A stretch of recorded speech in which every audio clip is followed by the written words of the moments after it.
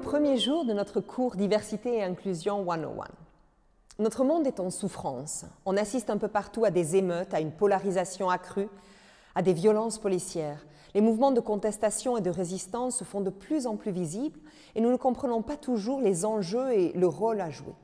Comment pouvons-nous engager des conversations nécessaires avec courage? Comment pouvons-nous vraiment respecter toutes les personnes de nos organisations? Comment pouvons-nous agir pour un changement concret? Eh bien, pour changer un système, nous devons d'abord le comprendre. Non seulement les symptômes, mais aussi les causes profondes. Parce que le personnel est politique. Tout ce qui se passe dans nos vies reflète également le système dans lequel nous vivons. Et je crois que pour améliorer une situation, nous devons d'abord nommer ce qui ne fonctionne pas. Aujourd'hui, nous vivons dans un système social qui s'appelle le patriarcat.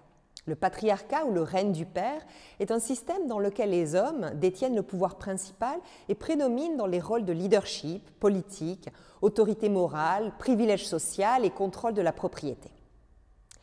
Nous vivons dans un système économique qui est le capitalisme, basé sur la propriété privée des moyens de production et leur fonctionnement pour le profit. Le capitalisme est basé sur les droits de propriété privée, le profit et la concurrence. Et ces systèmes sont assez récents. Le capitalisme date d'environ 500 ans et s'est accéléré avec la révolution industrielle et le patriarcat date de 5 à 6 000 ans. Avant cela, les gens vivaient en tribu, collectaient des fruits, tuaient des animaux sauvages pour survivre. Contrairement à une idée répandue, les temps préhistoriques n'étaient pas patriarcaux en soi. Les hommes allaient chasser et les femmes ramassaient de la nourriture et s'occupaient des bébés, mais cette séparation des tâches ne signifiait pas que l'un avait plus de valeur que l'autre. C'est ce qui a été introduit par le patriarcat et plus tard le capitalisme, un classement des personnes selon leur valeur économique. Le patriarcat est apparu progressivement pour différentes raisons. Premièrement, les hommes ont réalisé leur rôle dans la conception humaine. Ils ont compris le lien entre les rapports sexuels et la naissance d'un enfant 9 mois après. Puis, dans le livre « La création du patriarcat », Gerda Lerner explique comment l'agriculture, la domestication des animaux, la sédentarisation ont conduit à l'émergence de la propriété privée, des outils et du bétail appartenant aux hommes. À mesure que la productivité augmentait avec l'utilisation de la force animale et l'introduction d'outils en bronze, le surplus économique augmentait également.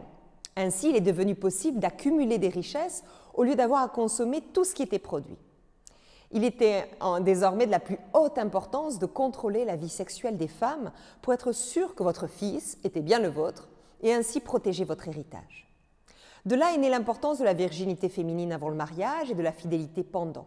Les contrats de mariage sont devenus des contrats économiques, un moyen d'acquérir des terres et plus de biens. Et l'esclavage est devenu un moyen de posséder des personnes pour faire encore plus de profit.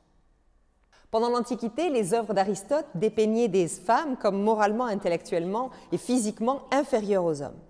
Considéraient les femmes comme la propriété des hommes. On affirme que la société devait reproduire et servir les hommes à la maison. Considérer la domination masculine sur les femmes comme naturelle et vertueuse. Déjà 300 ans avant Jésus-Christ, la société grecque fonctionnait selon une hiérarchie appelée la chaîne humaine des êtres vivants. Dieu, puis l'homme, la femme, les personnes de couleur, les enfants, les animaux et puis la nature. Cette hiérarchie verticale entre les êtres est encore profondément ancrée dans notre psyché. C'est aussi l'origine du spécisme. Le spécisme est la croyance selon laquelle la vie et les expériences de certains animaux sont inférieures à celles des humains ou d'autres animaux, simplement parce qu'ils appartiennent à des espèces différentes.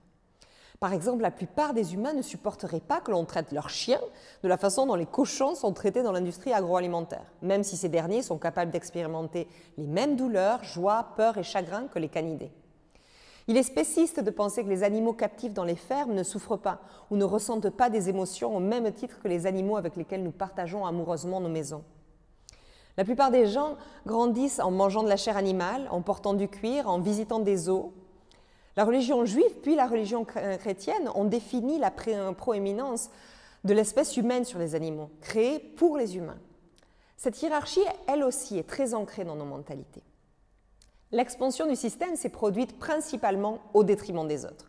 Exproprier les agriculteurs de leurs terres pour construire de vastes propriétés, envahir d'autres territoires pour s'assurer que nous possédons plus de ressources naturelles, asservir plus de personnes pour gagner des travailleurs gratuits, produire plus que ce que nous pouvons consommer afin d'accumuler plus de richesses et de capital.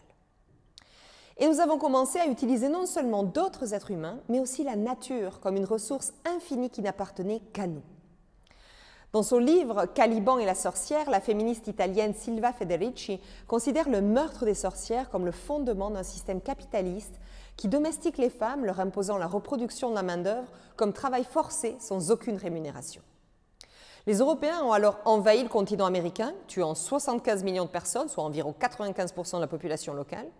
Puisqu'il n'y avait plus de personnes sur place pour cultiver la terre, la main-d'œuvre gratuite a été importée du continent africain, permettant à l'Europe d'accumuler encore plus de richesses. La révolution scientifique est également vue par de nombreuses écoféministes comme annonçant l'ère où les femmes ainsi que la nature en sont venues à être dominées, contrôlées et exploitées. Toute la sagesse naturelle des peuples autochtones ou des femmes rurales a été détruite et réappropriée par des médecins ou des scientifiques blancs. Tous ces événements passés ont conduit au système actuel, principalement vertical, hiérarchique, une pyramide où quelques-uns exercent le pouvoir sur une grande majorité d'autres. C'est le système de domination que Ryan Eisler décrit dans son livre « Le calice et l'épée ». Il se caractérise par une structure sociale et économique autoritaire et inéquitable, un haut degré d'abus et de violence, une subordination des femmes et de la féminité aux hommes et à la masculinité, des croyances et des histoires qui justifient et idéalisent la domination et la violence. Tout le défi de la diversité et de l'inclusion est de rendre notre société plus horizontale, plus collaborative. Imaginez le défi. Cela n'arrivera pas en un jour. Cela nécessite un changement complet de mentalité. Et c'est particulièrement difficile car le système est invisible, comme dans Matrix. La militante britannique Carolina Criado Pérez déclare « Le patriarcat est invisible. Vous vivez à l'intérieur tous les jours, mais vous ne le voyez pas. » Alors maintenant que nous savons dans quel système nous vivons, qu'est-ce que l'oppression systémique?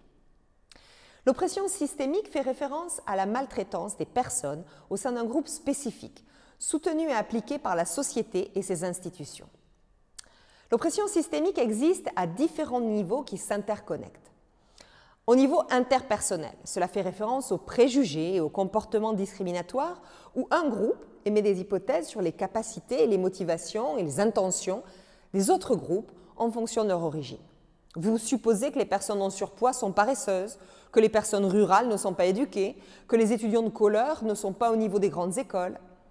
Et vos hypothèses peuvent influencer vos notes si vous êtes enseignant, votre processus de promotion dans vos organisations, etc. Au niveau internalisé, les membres de groupes stigmatisés qui sont bombardés de messages négatifs sur leurs propres capacités et leurs valeurs intrinsèques peuvent internaliser ces messages négatifs. Cela empêche les gens de réaliser leur plein potentiel. C'est le syndrome de l'imposteur, pensant que vous n'êtes jamais assez bon. Au niveau institutionnel, la discrimination institutionnelle se produit lorsque des organisations, des entreprises ou des institutions telles que les écoles ou les services de police exercent une discrimination délibérée ou inconsciente contre certains groupes de personnes pour limiter leurs droits. Ce type de discrimination reflète les hypothèses culturelles du groupe dominant. Enfin, au niveau structurel, il s'agit de l'accumulation sur des siècles des effets d'une société discriminante. Pensez à nouveau à la création de la classe moyenne blanche et à ce que cela signifie aujourd'hui d'avoir été exclu de ce processus de création de richesse, d'accession à la propriété, d'éducation universitaire, etc. Au cours de tout ce processus, nous avons inconsciemment intégré de nombreuses hiérarchies tacites. Les blancs, supérieurs aux personnes de couleur. Les hommes, supérieurs aux femmes. Les adultes, supérieurs aux enfants. Les êtres humains, supérieurs à la nature. Les hétérosexuels, supérieurs aux gays et aux trans. Les personnes mobiles, supérieures à celles affectées par un handicap. Les personnes minces, supérieures aux personnes en surpoids. Les plus instruits, supérieurs aux moins instruits. Les urbains, supérieurs aux ruraux. Les extrovertis, supérieurs aux introvertis. Les mentalement stables, supérieurs aux personnes souffrant de maladies mentales. Les catholiques, supérieurs aux musulmans ou aux juifs. L'individuel, supérieur au collectif. La nature compétitive du système et le besoin constant de croître et de s'étendre ont souvent conduit à des conflits militaires et à des guerres, quand les intérêts capitalistes se disputent le contrôle des marchés, des routes commerciales et des ressources naturelles à l'intérieur et à l'extérieur des frontières nationales. C'est ce qu'on appelle l'impérialisme, étendant la puissance et l'influence d'un pays par la colonisation, l'utilisation de la force militaire ou d'autres moyens. En conclusion, sans examen rigoureux, notre comportement est reproductif. Par défaut, les pratiques actuelles, les normes culturelles et les arrangements institutionnels favorisent et maintiennent les résultats inéquitables. Pour annuler l'oppression systémique, nous devons forger des alliances multiethniques et multiculturelles. Pendant toute la durée de ce cours, je vous engage à prendre un cahier ou un journal où vous pouvez commencer à noter vos principaux apprentissages. Après chaque vidéo, je vous poserai quelques questions sur lesquelles réfléchir au cours des prochains jours. Pour cette première vidéo, j'aimerais que vous notiez vos réactions. Vous êtes-vous senti gêné ou surpris par ce que j'ai expliqué? Quelles étaient vos pensées et vos émotions? À votre tour d'analyser votre perception du système. À très vite.